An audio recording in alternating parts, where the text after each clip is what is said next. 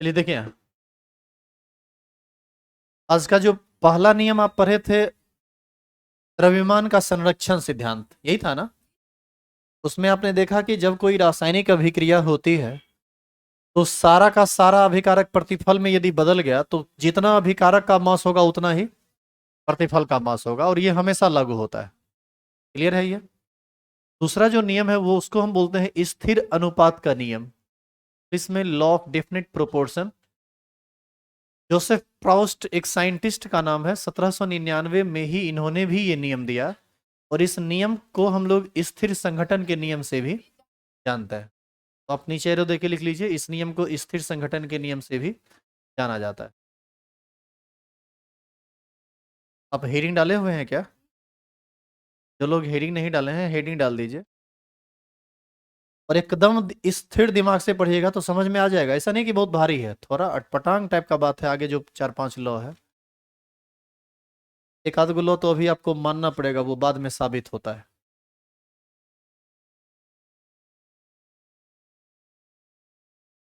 क्या दिखाई नहीं दे रहा है क्या?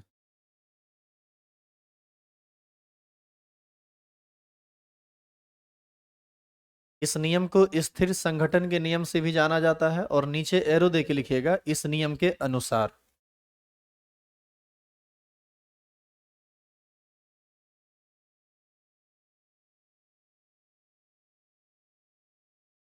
सोच रहे थे एक टेस्ट ले लें आपका, सैटरडे को। सैटरडे को टेस्ट ले लेते हैं, संडे को छुट्टी रहेगा, सोमवार से टॉपिक स्टार्ट हो जाएगा।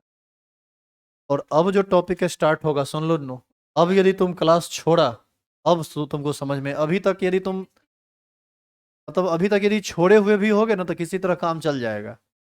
जैसे ही मूल कंसेप्ट स्टार्ट होगा, वहां से यदि आप क्लास छोड़ते हैं या क्लास में लेट से ज्वाइन करते हैं, क्लास लेट से आते हैं, तब स्थिति में आप सीधे सिस्टम से फेंका जाइएगा। कि अब जो बात स्टार्ट हो रहा है वह न्यूमेरिकल सेक्शन स्टार्ट होगा, और वो कहीं ना कहीं भारी होता है, आपको बहुत माथा लगाना पड़ेगा।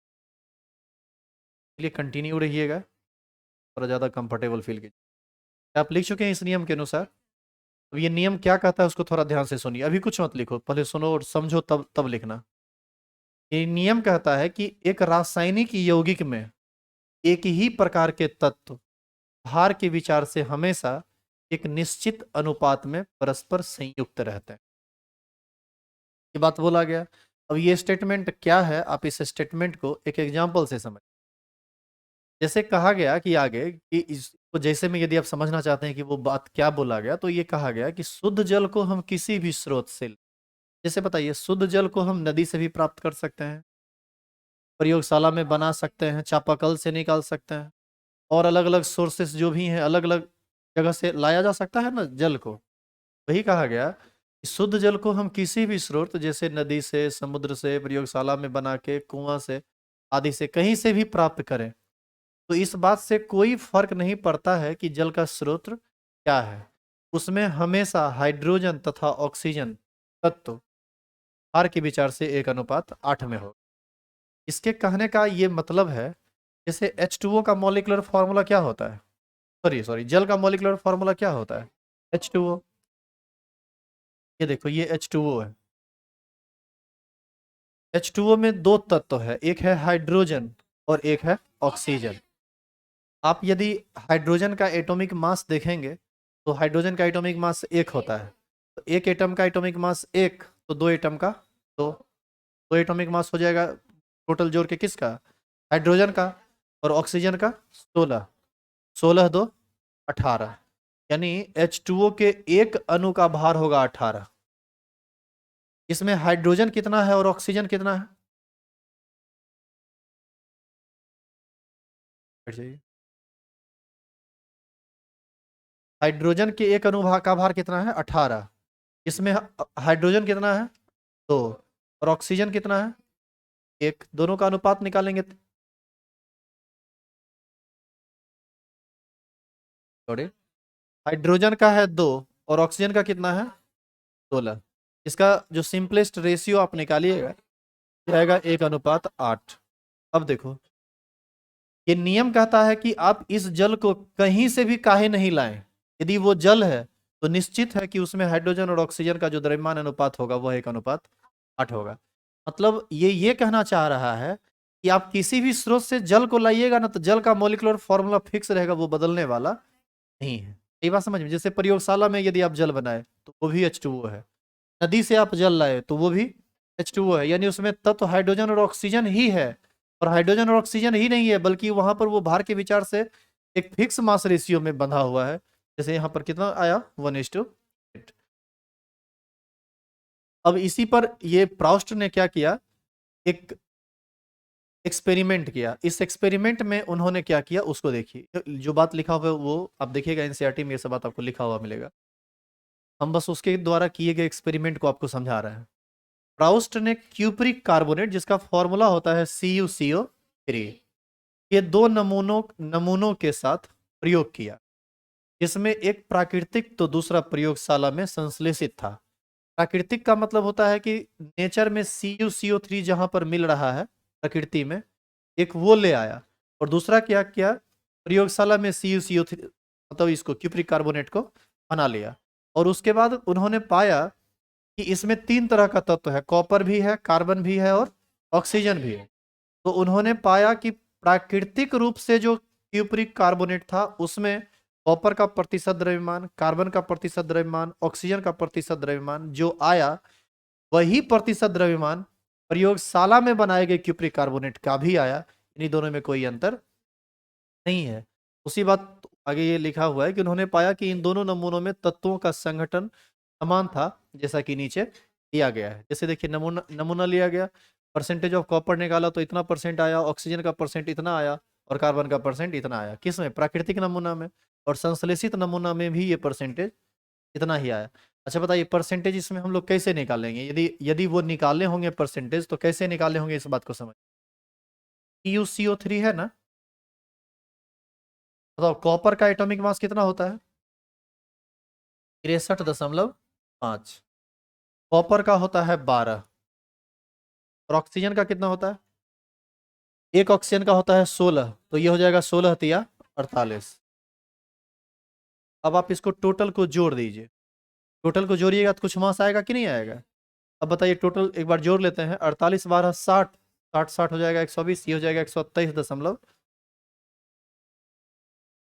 अब बताइए कि 123.5 टोटल भार हुआ किसका? CuCO3 का। इसमें कार्बन, इसमें कॉपर का मास है 63.5, तो 123.5 ग्राम में कॉपर 63.5 है। तो क्या आप इसको प्रतिशत में नहीं बदल सकते हैं? हम इसको ऐसे प्रतिशत में बदलेंगे, 123.5 ग्राम में कितना कॉपर है? 63.5। तो 1 ग्राम में कितना होगा? 63.5 बटे 123.5। तो 100 ग्राम में कितना होगा? 63.5 बटे 123.5 गुना 100। जब आप ये गुना भाग कीजिएगा तो आपको आएगा 51 दशमलव। इसी तरह से यदि तुम कार्बन का निकालना चाहते हो तो हम कहेंगे 123.5 ग्राम में कार्बन कितना है? 12 ग्राम। तो 1 ग्राम में कितना होगा? तो 100 ग्राम में कितना होगा? प्रतिशत निकालने के लिए क्या करते हैं? 100 में कितना होगा वही ना निकालते हैं।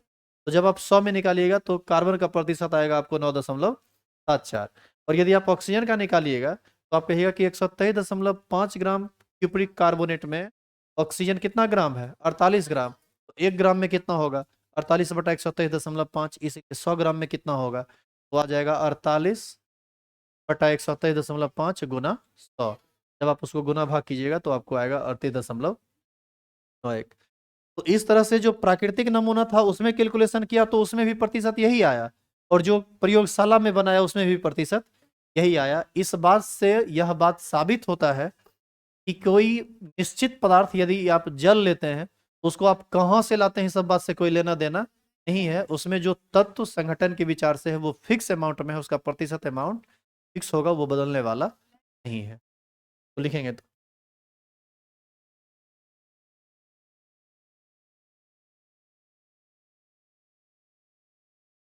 गर्मी, देखिए तो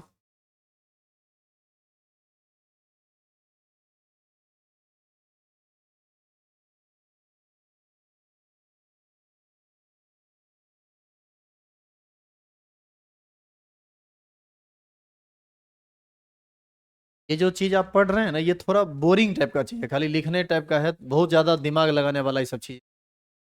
इसीलिए ना हमको पढ़ाने में ये मन लगता है, ना आपको पढ़ने में ये मन लगता होगा, तो कल भर आप इसको बस झेल लीजिए।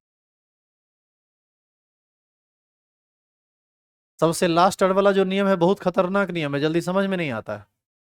और सच पूछिए तो कोई ज़्यादा ज़रूरत आपको इसका है नहीं आगे, लेकिन चूंकि आपका सिलेबस है, एनसीईआरटी में दिया हुआ है, नहीं पढ़ाएंगे तो आपको लगेगा कि छोड़ दिए, तो फिर आप ही परेशान होइएगा। ऐसा नहीं कर सकते हम।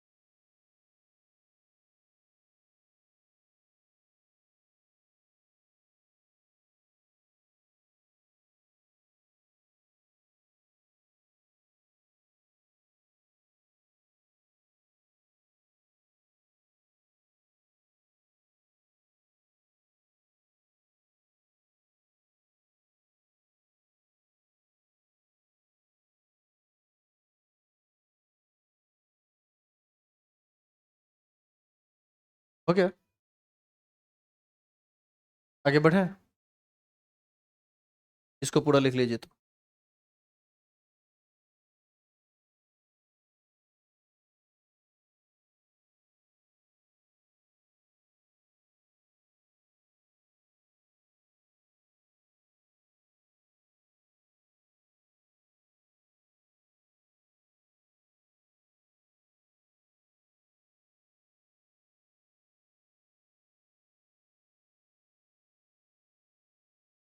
अरे, चला के बैठा हुआ है।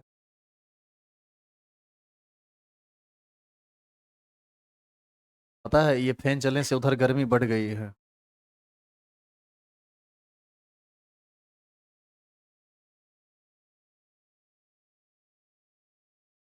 आजकल आदमी अपने दुख से दुखी नहीं है, दूसरे के सुख से दुखी है।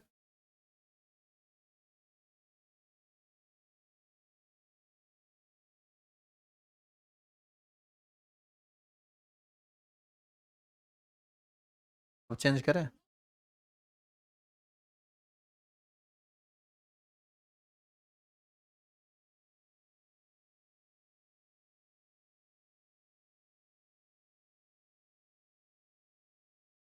चलिए लिखिए आगे। बात कम कीजिए, लिखने पर ज्यादा ध्यान दीजिए। इससे फैन बंद रहता है तो पढ़ाना थोड़ा आसान रहता है, तो एसी ही लगवा देते हैं। नहीं,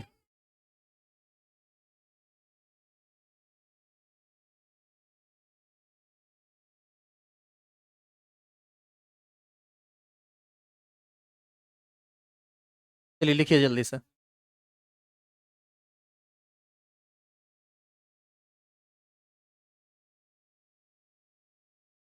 देखो, फैन आज इसलिए बंद करना पड़ रहा है ना, क्योंकि सुबह से ही लाइट नहीं है। हमारा सिस्टम सुबह से ही इन्वर्टर पर ही चल रहा है। इन्वर्टर यदि डेड हो जाएगा तो रिकॉर्डिंग बंद हो जाएगी। ऐसे लाइट बीच में एक आधा घंटा के लिए चला जाए तो चलता ही रहता है, हर दिन चलता रहता था फैन, यदि लाइट नहीं भी रहता था। तो आज लाइट सुबह से नहीं है, और अभी आने की संभावना भी नहीं, मतलब ठीक होने की संभावना भी नहीं रहता, लगता है हवा हवा में कुछ गड़बड़ हुआ है।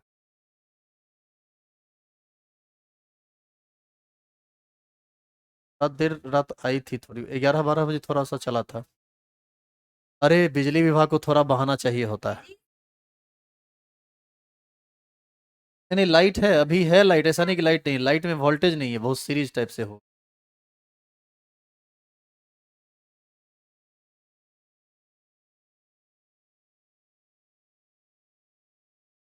चेंज करें?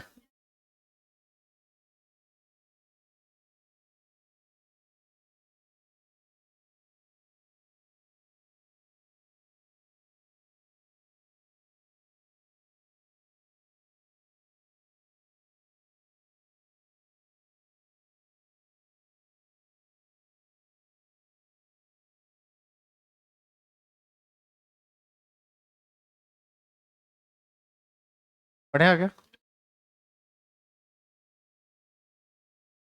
देखिए आगे।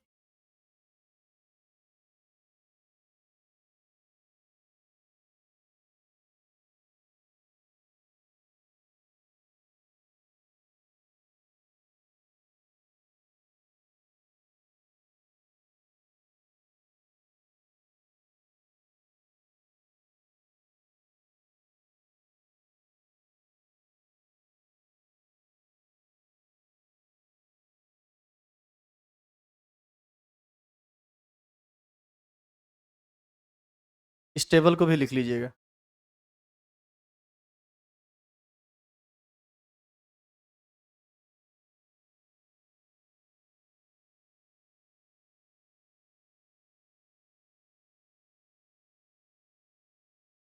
क्या बोलिए ना।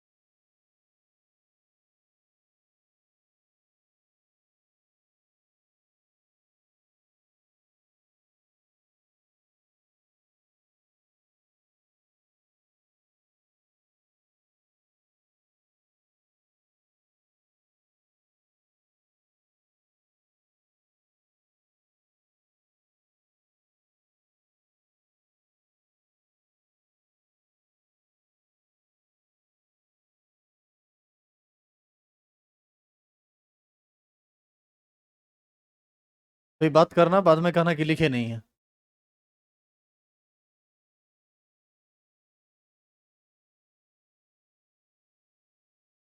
क्या हुआ? अभी?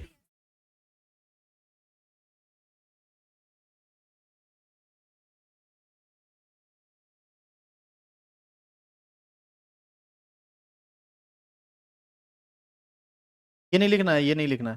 अरे सेम चीज है, खाली लिखा हुआ है कि CO2 के सभी नमूनों में कार्बन तथा ऑक्सीजन का द्रव्यमान हम का अनुपात 3:8 होता है। कोई भी लोगे तो जो भी होगा अनुपात फिक्स रहेगा। सब बात नहीं लिखना है। चलिए तीसरा हेडिंग डालिए तो, पुनीत अनुपात का नियम। अब नहीं लिखे दूसरे से लिखिएगा। अब हेडिंग डालिए और तेजी से लिखिए, बीच में बतियाते रहते हैं, कहते हैं लिखे नहीं है। जॉन डाल्टन ने 1803 ईस्वी में यह नियम दिया, गुणित अनुपात का नियम, लॉ ऑफ मल्टीपल प्रोपोर्शन।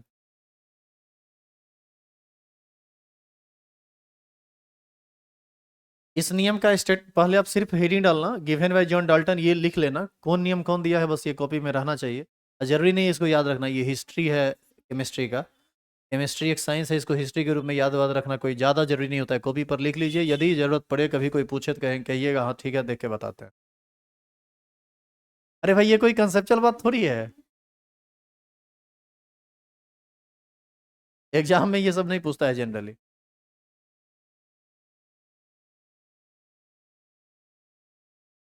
क्या हेडिंग पूरा हुआ? इसको इसको पहले आप समझ लीजिए, उसके बाद आप इसको लिखिएगा, ठीक है। इधर देखो। अरे वो मत गया रे, बोलिए रहा है। देखिए यहाँ, हाइड्रोजन ऑक्सीजन के साथ रिएक्शन करके दो चीज बनाता है। एक बनाता है H2O, और हाइड्रोजन ऑक्सीजन के साथ जुड़ के यदि ऐसे ना लिख के ऐसे लिखें तो ज़्यादा बेहतर होगा। हाइड्रोजन और ऑक्सीजन, जब एक हाइड्रोजन का आइटम और दो दो हाइड्रोजन और एक ऑक्सीजन का आइटम मिलता है, ये क्या बनाता है? H2। और जब दो हाइड्रोजन का आइटम और दो ऑक्सीजन का आइटम आपस में मिलता है तो ये बनाता है H2O2, तो बोलते हैं हाइड्रोजन पर ऑक्साइड। हालांकि सुनिए, केमिकल रिएक्शन लिखने का ये तरीका गलत है, लेकिन आप समझेंगे इसी तरीके से, ऐसे आपको समझ में भी नहीं आएगा क्योंकि बहुत ज़्यादा आप रिएक्शन के बारे में नहीं जानते। हाँ, तो खिचड़ी खा खा के सरकारी स्कूल से आई है, जब खाए हैं तो लजाते कहाँ है?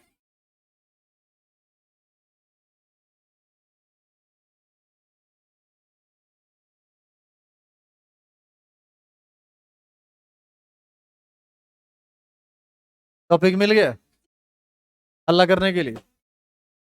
अंदर इधर देखिए, इधर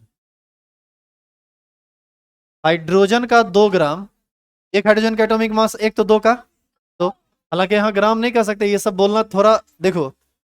अभी जो चीज हम पढ़ा रहे हैं ना, ये एक ऐसा चीज है जो पढ़ा लिखा आदमी देखेगा तो कहेगा कि गलत पढ़ा रहे हैं, और तुम उतना नहीं जानते हो तो तुमको लगेगा कि हम सही बोल रहे हैं। लेकिन यही सब चीज ना बाद में जाके हम सही करेंगे। जैसे यहाँ पर एक हाइड्रोजन का एटॉमिक मास एक होता है तो दो का कितना होगा? दो। एक ऑक्सीजन का 16। तो हाइड्रोजन का जब 2 ग्राम रिएक्शन करेगा ऑक्सीजन के कितने ग्राम से? 16 ग्राम के साथ, तो वाटर का कितना बनेगा? 18 ग्राम। 2 और 16 18। यहाँ आइए, यहाँ पर एक हाइड्रोजन का एक तो दो हाइड्रोजन का दो, एक ऑक्सीजन का 16 तो दो ऑक्सीजन का 32। तो ये 2 ग्राम 32 ग्राम के साथ रिएक्शन करेगा, ये कितना ग्राम बनाएगा? 34 ग्राम बनाएगा।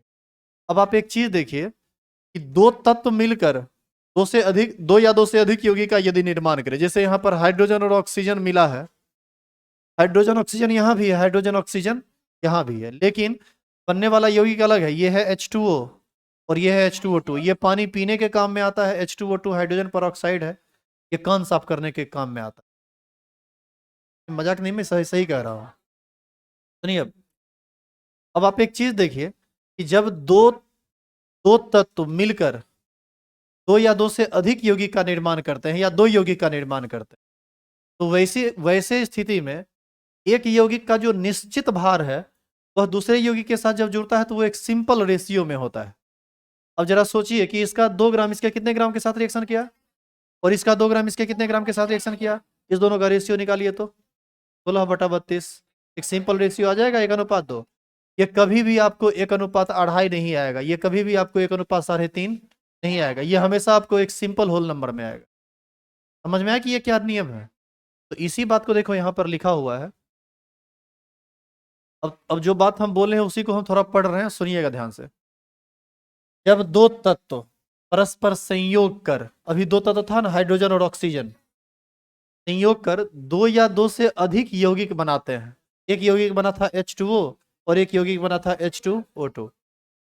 तब उनमें एक तत्व के विभिन्न भार, ऑक्सीजन का भार विभिन्न था, एक में 16 था और एक में 32 था, विभिन्न भार जो दूसरे तत्व के एक निश्चित भार से संयोग करता है।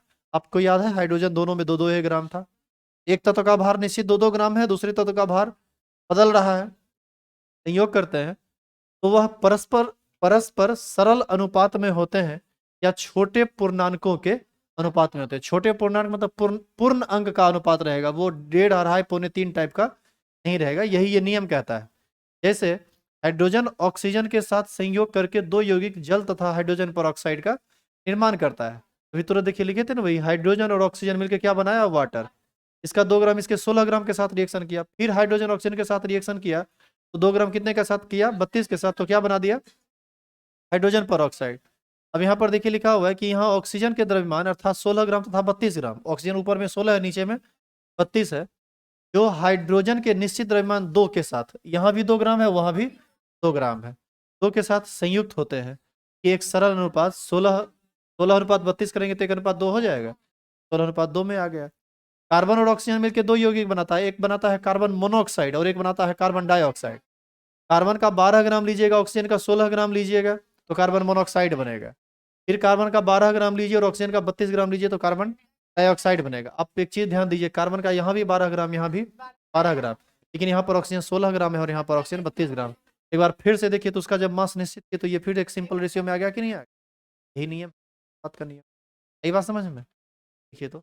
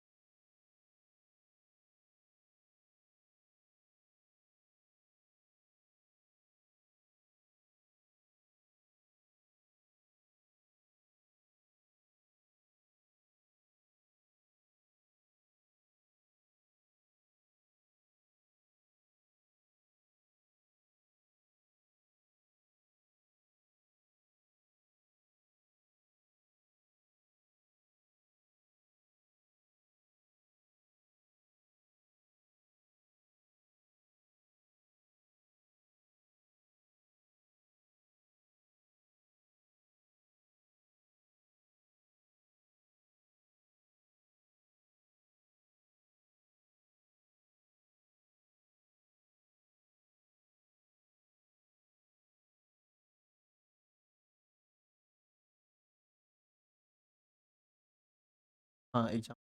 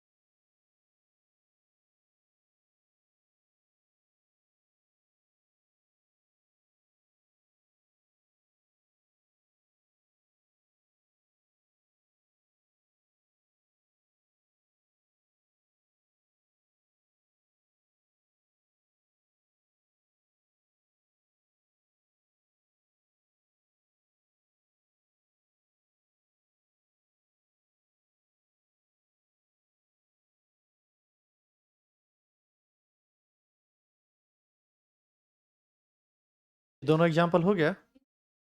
इसका फॉर्मूला जरूर लिख लीजिएगा आप। वाटर का फॉर्मूला क्या होता है? H2O। और हाइड्रोजन पर का H2।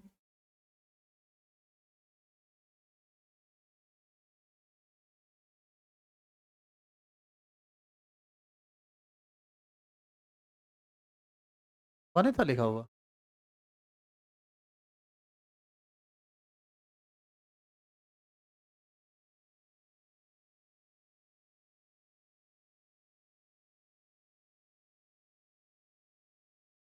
9 बजे तक वाले बैच में गर्मी नहीं लग रहा था, इस बैच में सही में गर्मी लग रहा है। अच्छा चला लो, फैन चला लो, सब चला लो, सब चला लो।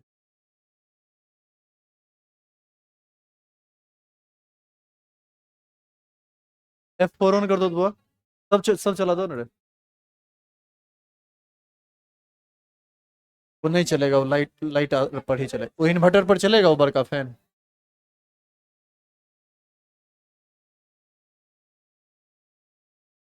लगा देंगे।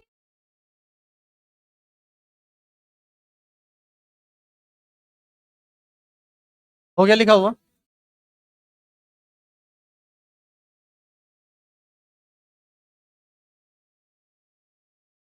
जल्दी से वो स्टेटमेंट लिखिए और इधर ये भी लिखिए, कार्बन वाला भी एग्जाम्पल लिखिए। दो एग्जाम्पल रहेगा ना तो समझ में आ जाएगा डिफरेंट डिफरेंट से।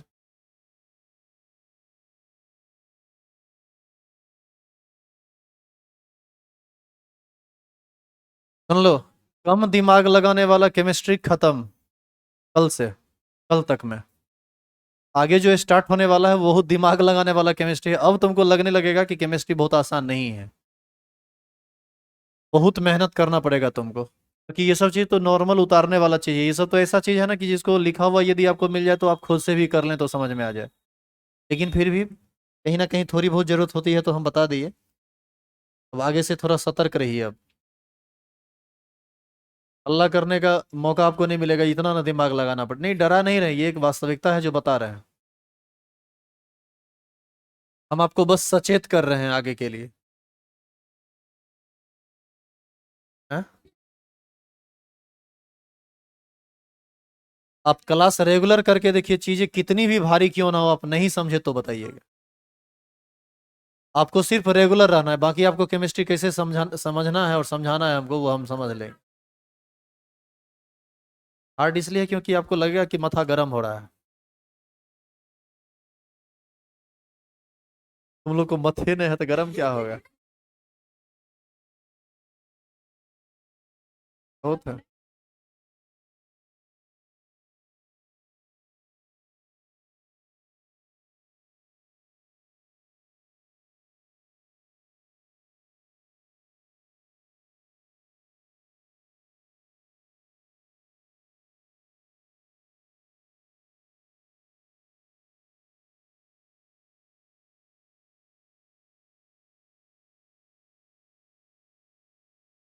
देखते हैं बराबर इसको जाते हैं। नहीं नहीं।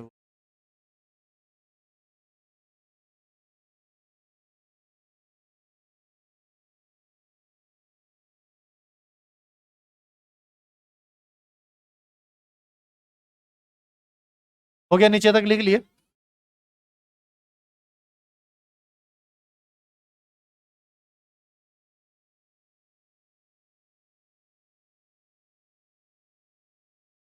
अगला नियम हेडिंग डाल के छोड़िए तो।